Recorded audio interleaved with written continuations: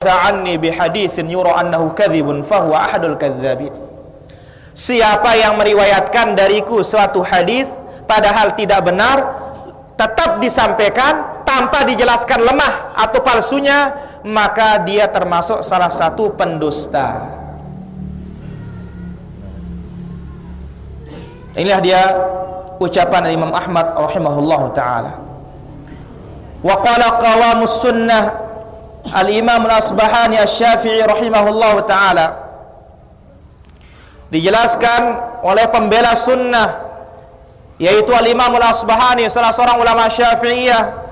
Beliau mengatakan, kullu man sahha indahu syai'un min amri Rasul sallallahu alaihi wasallam, semua yang sahih dari Nabi sallallahu alaihi wasallam, baik perintahnya maupun larangan Nabi, yang kecil maupun yang besar, tidak ada yang menentangnya dengan hadis yang lain atau hal hukumnya tidak terhapus.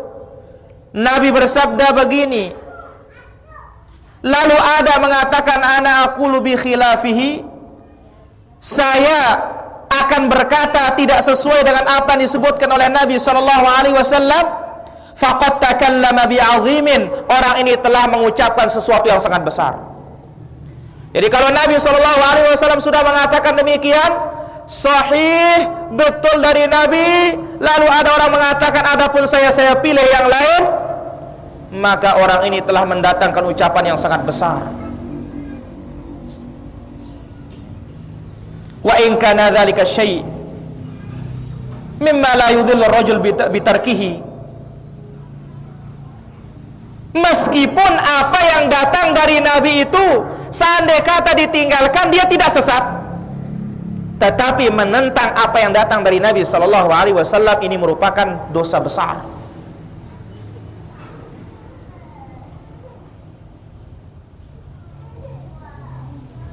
Faman qabila 'anil nabiy sallallahu alaihi wasallam fa inna ma yaqbalu 'anillah. Siapa yang menerima yang datang dari Nabi berarti dia menerima yang datang dari Allah.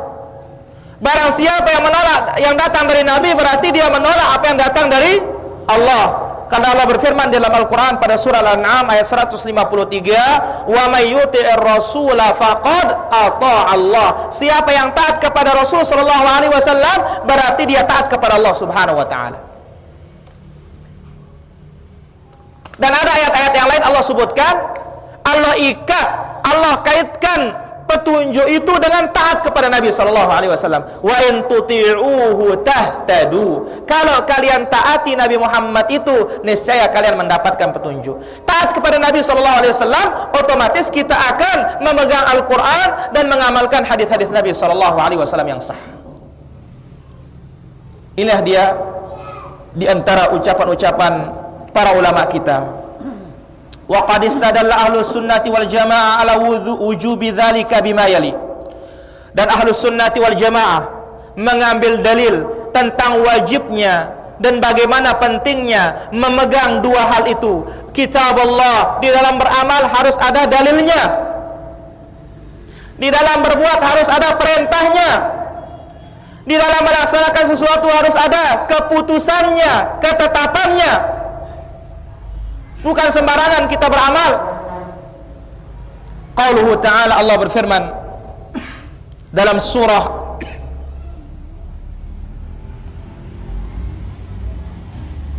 Al-An'am, wa anna hadha sirati mustaqiman fattabi'uhu wa la tattabi'us subula fatafarraqa bikum an sabilihi dzalikum wassaqum bihi la'allakum tattaqun. Allah berfirman, ini satu jalanku yang lurus. Ini menunjukkan kepada kita bahwa jalan menuju surga itu hanya satu, tapi bentuk amalan jalan yang satu itu banyak. Salat, zakat, puasa, haji, jihad, zikir, sedekah, berinfak, berdoa.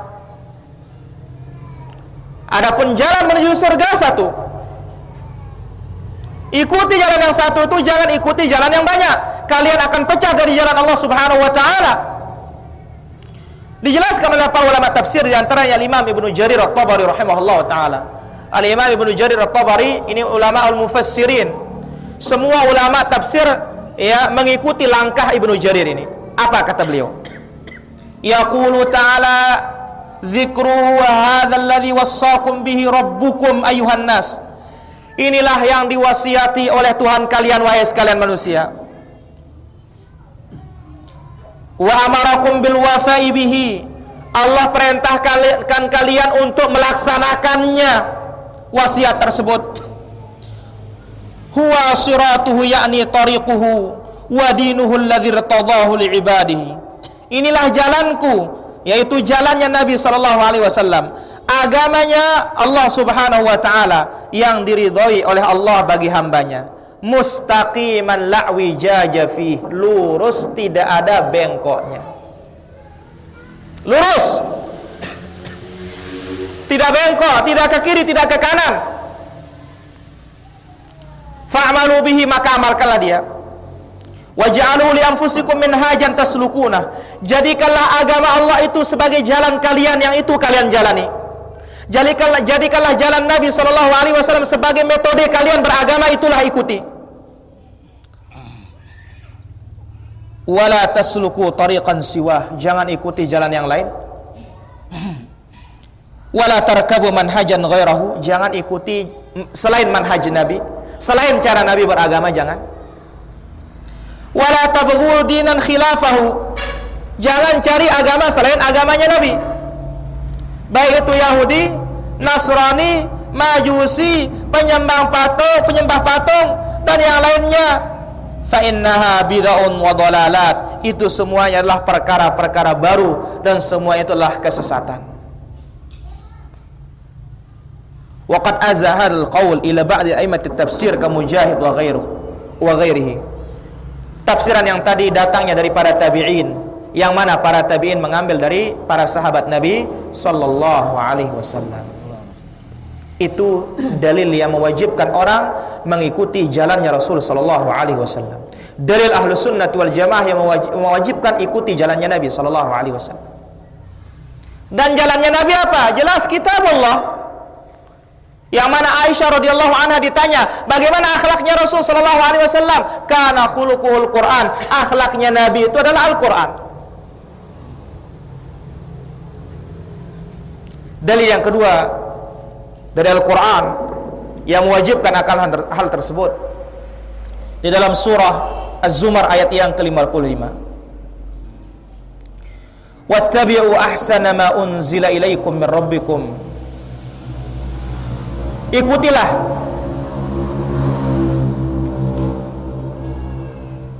ahsana ma unzila ilaikum min rabbikum, yang terbaik yang diturunkan oleh Allah Subhanahu wa taala kepada kalian. Min qabli ayyatiyakumul azabu baghtatan wa antum la tash'urun, sebelum datangnya azab secara tiba-tiba sementara kalian tidak merasakan. Qala al-Qurtubi, al-Imam al-Qurtubi mengatakan, sehingga kita akan mengetahui wattabi'u ahsana ma unzila ilaikum, ikuti yang terbaik apa yang diturunkan oleh Tuhan kalian. Berarti di Quran itu ada yang tidak baik sehingga kita milih yang terbaik? Bukan demikian. Ahsana ma unzil huwal Quran, yang terbaik diturunkan oleh Allah adalah Al-Quran. Wa kulluhu hasanun, semua isi Quran itu baik. Satu huruf saja dibaca kita mendapatkan ganjaran 10. Dan Nabi bersabda, Iqra'ul Quran fa inna bi kulli harfin hasanah. Bacalah Al-Quran itu, setiap satu huruf mendapatkan satu kebaikan. Dan satu kebaikan dilipat gandakan menjadi 10. La aqulu alif lam mim harf, bukanlah alif lam mim itu satu huruf, tetapi alif itu satu huruf, lam itu satu huruf, mim itu satu huruf. Berarti sudah 30. Sehingga ada surat-surat yang agung dalam Al-Quran, yang mana diantaranya Qul huwallahu ahad. Nabi bersabda, Qul huwallahu ahad ta'dilu thulutsal Quran. Qul huwallahu ahad sama seperti sepertiga Quran.